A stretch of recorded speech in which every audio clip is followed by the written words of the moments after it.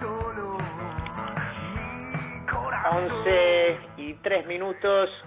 En la presentación les comentaba que íbamos a tener la columna de comunicación de Cecilia Díaz y que el tema era la necropolítica, es un tema interesante y que a su vez, por lo menos es lo que ella me prometió, nos va a hablar de la película Hater, que algo les comenté de la trama, les dije justamente que también la había visto, pero me parece que quien lo va a hacer mejor que yo es Cecilia, que está del otro lado de la línea. Cecilia, buenos días, Dante Palma te saluda. Buenos días, Dante, ¿qué tal? ¿Cómo estás? ¿Bien? Bien, por suerte. Bueno, no sé si te presenté correctamente, pero sí.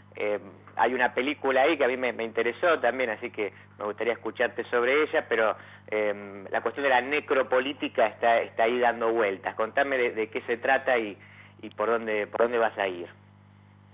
Bien, te cuento que la necropolítica es un concepto que lo acuñó un filósofo camerunés que se llama Achir Membe, para referirse a las políticas que son pensadas desde la Unión Europea sobre los grandes centros del poder, destinadas un poco a, digamos, orientar quiénes viven y quiénes mueren, sobre todo quiénes mueren y cómo mueren, aquellos seres humanos que son considerados desechables, ¿no?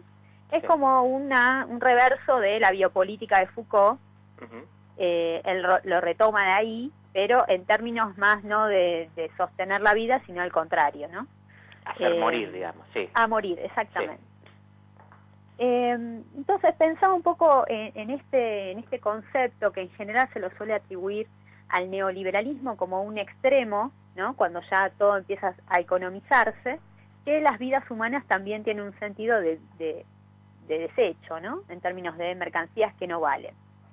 Desde ese punto de vista, cuando uno ve las marchas anticuarentena que se han desarrollado en distintas partes del mundo, y muchos discursos políticos que remiten al discurso del odio o del exterminio del otro, uno ve cierta noción de lo necropolítico en términos de querer destruir directamente, o bien, en el caso más actual, en el contexto de una pandemia, generar dolor.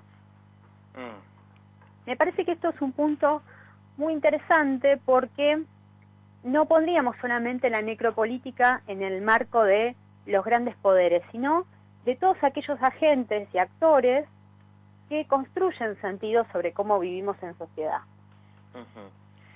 De este modo entiendo que hay como una búsqueda, no de generar muertes, porque no es un tema de ir con un ejército a matar, sino que el dolor, como una expresión mucho más física y límite, lo que exacerba son las sensaciones y las reacciones irracionales, ¿no? Ahora, Cecilia, te pregunto, digamos, hablas entonces en este caso, por ejemplo, podría ser un grupo, ya no hablamos de estados ni de grandes políticas, sino un grupo que quiere destruir, pero pienso en los anticuarentena, esa destrucción incluso podría ser contra sí mismos, es decir, en ese tipo de manifestaciones ellos incluso están arriesgando su propia vida.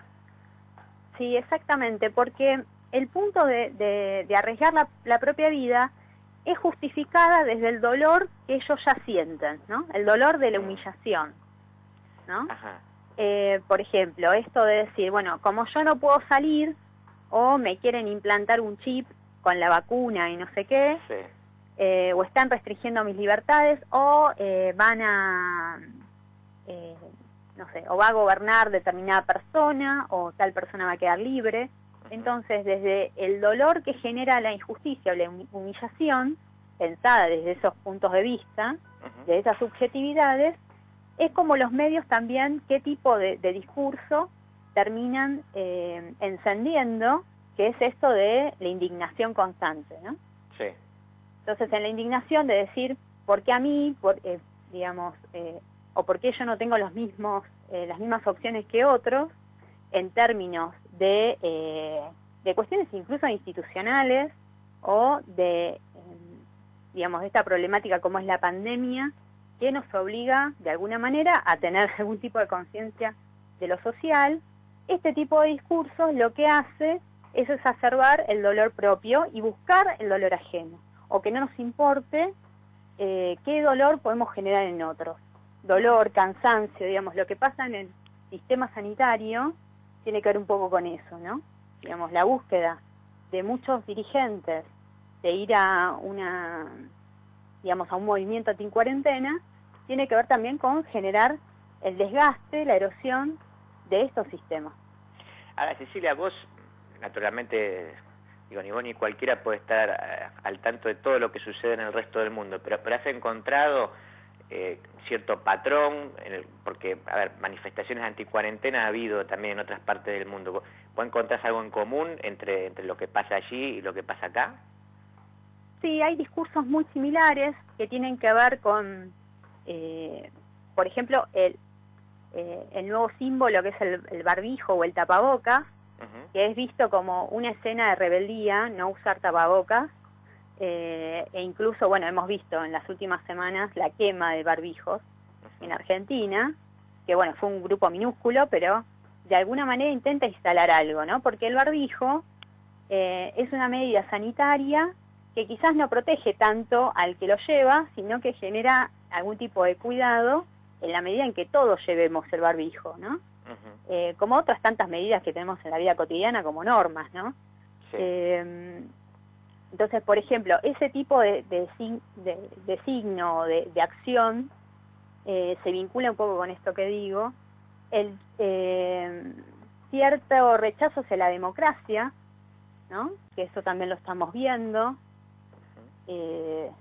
hacia el sistema médico, la ciencia, ¿no? Pensada como algún tipo de amenaza general, y entonces siempre hay como una especie de reacción frente a los discursos que aparecen como superiores en términos de moralidad o de conocimiento, ¿no? Entonces me parece que muchas veces los medios de comunicación, tratando de dar un discurso que vaya en contra de los anticuarentena, a veces lo que logran es exacerbar más ese sistema de humillación.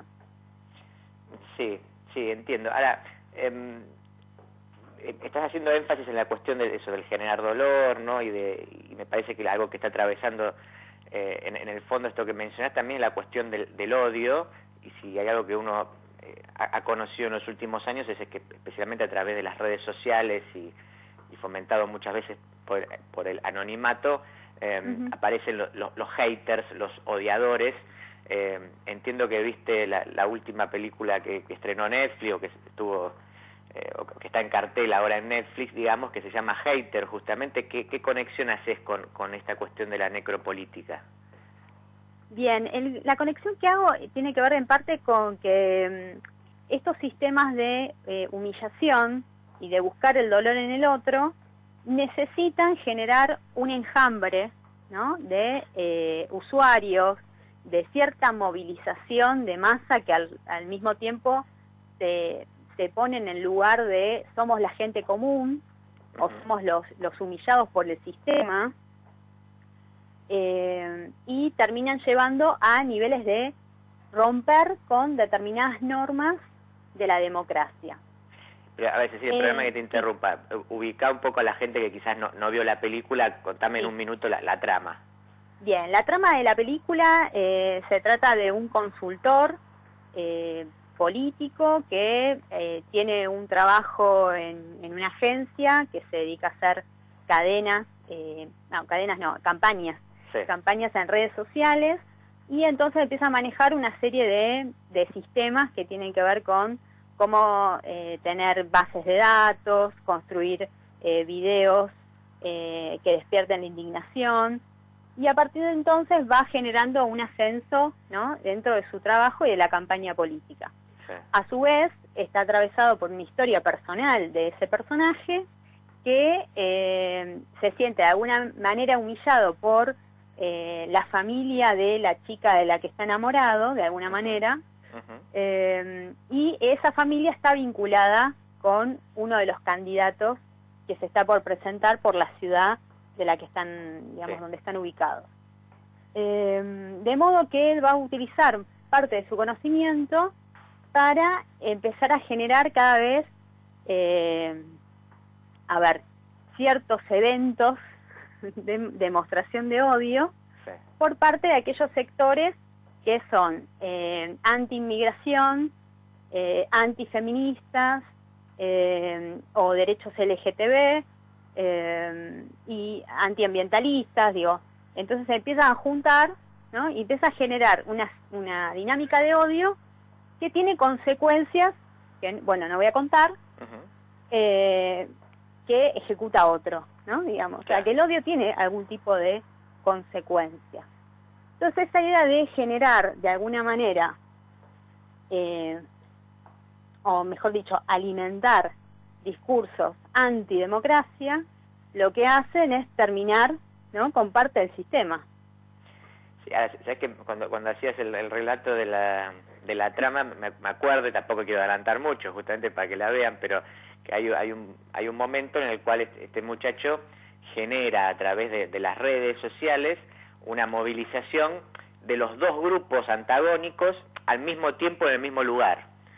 Entonces, es verdad, sí. Digamos, van los de derecha y los de izquierda, supongamos, a las 17 horas del martes a la Plaza de Mayo, y lo arma él desde las redes sociales, convocando, por supuesto, con cuentas falsas, ¿no?, con usuarios truchos, a través del troleo, etcétera, etcétera, y bueno, por supuesto se genera un enfrentamiento, en este caso en la calle, un enfrentamiento real, que no es un enfrentamiento de redes.